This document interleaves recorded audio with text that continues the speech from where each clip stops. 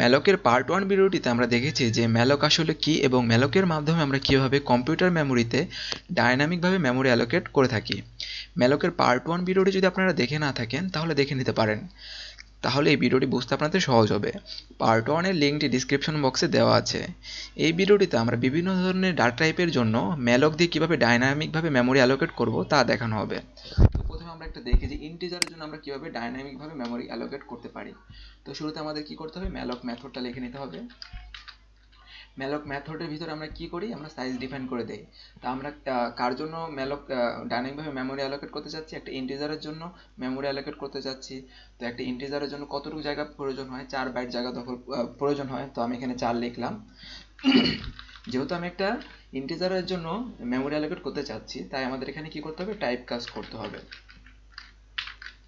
তো এখানে আমার টাইপ কাস্ট করা শেষ। তো যেহেতু এটা একটা মেমোরি অ্যালোকেট হয়েছে, আর মেমোরি আমরা কোথায় রাখি, মেমোরি আমরা কি একটা পয়েন্টারে রাখি। তো আমি এখানে একটা পয়েন্টার ক্রিয়েট করব। তো আমি পয়েন্টারের নাম দিলাম পি। তো আমি পয়েন্টারের ভিতরে কি করলাম, যে মেমোরিটা আমি অ্যালোকেট করেছি সেটা রেখে দিলাম। তো এখন এটা পিটা কি করতেছে, যে একটা মেমোরিতে যে একটা ব্লক ক্রিয়েট হয়েছে সেই ব্লকের দিকে কি করতেছে, পয়েন্ট করে আছে। তার মানে এভাবে আমরা কি করতে পারি, ইন্টিজারের জন্য মেমোরি অ্যালোকেট করতে পারি। তো এখন আমরা দেখি যে ক্যারেক্টারের জন্য আমরা কিভাবে মেমোরি অ্যালোকেট করতে পারি। তো আমি ম্যালক মেথড আবার লিখলাম। একটা ক্যারেক্টার কম্পিউটার মেমোরিতে কতটুকু জায়গা নেয় আমরা জানি, 1 বাইট জায়গা দখল করে। তো আমি এখানে লিখলাম 1। তো যেহেতু আমাদের টাইপ কাস্ট করতে হবে, টাইপ কাস্ট কার জন্য আমরা করব, ক্যারেক্টারের জন্য আমরা করব।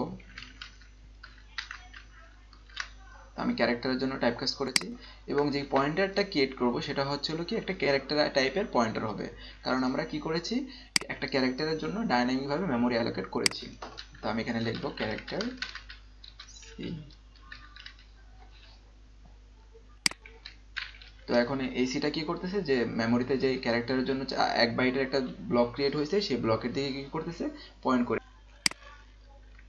তো ডাবলের জন্য মেমোরি অ্যালোকেট করতে চাইলে আমরা কি করব, প্রথমে ম্যালক লিখব, দেন ডাবলের জন্য আমাদের মেমোরিতে কতটুকু জায়গা প্রয়োজন হয় আমরা জানি 8 বাইট জায়গা দখল করে। তো আমি 8 লিখলাম এখানে, দেন আমি এখানে টাইপ কাস্ট করে দিব।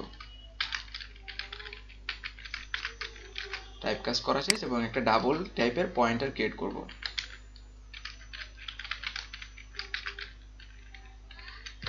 দেন আমি ডাবল পয়েন্টার যে ক্রিয়েট করেছি সেটা কি করব, ডিএতে রেখে দিব। তো এইভাবে আমরা কি করতে পারি, বিভিন্ন ধরনের ডাটা টাইপের জন্য ডাইনামিকভাবে মেমোরি অ্যালোকেট করতে পারি। তো কিন্তু এটা করা যায়, কিন্তু একটা প্রবলেম হচ্ছিল যে এখানে যে সাইজটা আমরা ডিফাইন করে দেই, এই সাইজটা যদি বারবার লিখতে হচ্ছে। আর এছাড়াও যদি বিভিন্ন ধরনের ডাটা টাইপের জন্য আমরা কিন্তু সাইজ মনে থাকে না, যেমন শর্টের জন্য হয়তো আমরা ভুলে যেতে পারি, বা বিভিন্ন ধরনের ডাটা টাইপের জন্য আমরা ভুলে যেতে পারি। তারপর স্ট্রাকের সাইজ কিন্তু আমাদের সোজা না, এভাবে বের করা যায় না ডিরেক্টলি। তো সেজন্য আমরা এই প্রবলেমটা সলভ করার জন্য আমরা কি করব, আমরা এই ম্যালকের মেথডের ভিতর সাইজ অফ অপারেটর ইউজ করব।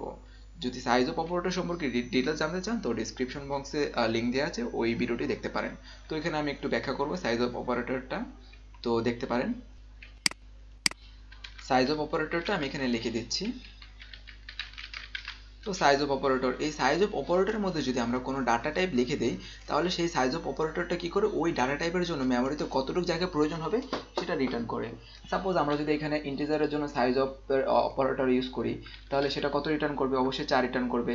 যেহেতু সাইজটা কি একটা ইন্টিজার টাইপের, তখন তাহলে সেটার জন্য আমাদের কি করতে হবে, এই সাইজ অফ অপারেটর যে ভ্যালুটা রিটার্ন করবে সেটা রাখার জন্য আমাদের একটা কি ইন্টিজার ভ্যারিয়েবল ক্রিয়েট করতে হবে, এবং তাতে আমাদের সাইজের মানটা রাখতে হবে। তো আমি ইন্টিজার সাইজ লিখে একটা ভ্যারিয়েবল ক্রিয়েট করলাম, এবং ভ্যারিয়েবলের ভিতরে সাইজ অফ অপারেটরের মাধ্যমে যে ভ্যালুটা ইন্টিজারের জন্য যে ভ্যালুটা রিটার্ন করবে সেটা রেখে দিলাম। তো এখন আমি দেখবো যে কি সাইজটা কত ইন্টিজারের জন্য। তো আমি প্রিন্টএফ এর মাধ্যমে দেখি।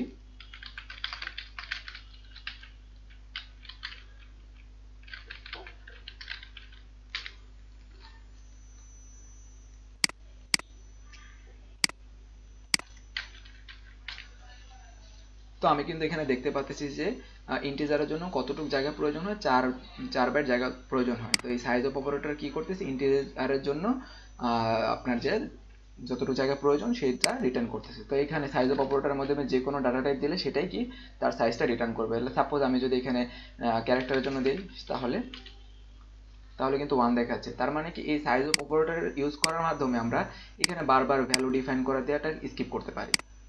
তো এটা আমি দেখাচ্ছি কিভাবে। যেমন এখানে আমার কি করতে হবে, এখানে আমার 4 লিখতে হবে। তো আমি কি জানি সাইজ অফ, আমি যদি ইন্টিজার লিখে দেই তার মানে কি হলো, তার মানে হলো কি সাইজ অফ অপারেটরটা এই malloc ফাংশনের মধ্যে আমি ইন্টিজারের জন্য যতটুকু জায়গা প্রয়োজন সেটা রিটার্ন করে আলটিমেটলি এখানে 4 রিটার্ন করবে। সেম ভাবে এটা করব, সাইজ অফ ক্যারেক্টার এখানে 1 রিটার্ন করবে, ডাবলের জন্য এটা করব। তো এইভাবে করে কিন্তু আমরা কি করতে পারি, ম্যালকের ভিতরে সাইজ ডিফাইন করে দিতে পারি। তা এখন আমরা একটা চেক করি যে আমরা যে ডাইনামিক ভাবে মেমোরি অ্যালোকেট করলাম সেটা কি আসলে ক্রিয়েট হয়েছে কিনা। সেটা ক্রিয়েট করার জন্য আমরা কি করব, এটা ইউজ করার জন্য আমরা করব কি যে ডাইনামিক ভাবে যে সাইজ অফ অপারেটর ইউজ করব। তো এখানে কি পিতে কি হয়েছে, পিটা এই যে মেমোরিটা যে অ্যাড্রেসটা যে মেমোরি যে অ্যালোকেট হয়েছে সেটার দিকে কি করে আছে, পয়েন্ট করে আছে। তার মানে কি পি এর সাইজ, আমি দেখবো যে পি এর সাইজটা কত, তাহলে বুঝতে পারবো যে সেটা কতটুকু মানে সেটা কি আসলে ক্রিয়েট হয়েছে কিনা। তো আমি লিখলাম,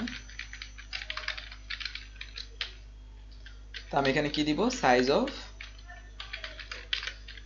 পি।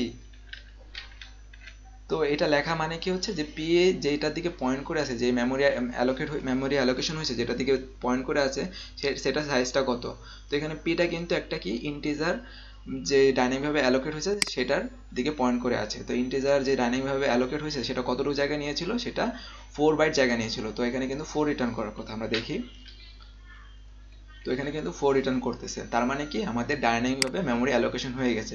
তো ডাইনামিকভাবে মেমোরি অ্যালোকেশন করতে গেলে আমরা এভাবে চেক করতে পারি যে আসলে কি আমাদের ক্রিয়েট হয়েছে কিনা। নেক্সট ভিডিওটিতে আমরা দেখব যে স্ট্রাকচারের জন্য কিভাবে ডাইনামিকভাবে মেমোরি অ্যালোকেশন করতে হয়, মানে এই ম্যালকটা কিভাবে ইউজ করতে হয়। তো আশা করি ভিডিওটি যদি আপনাদের ভালো লাগে আপনারা সাবস্ক্রাইব করে রাখবেন।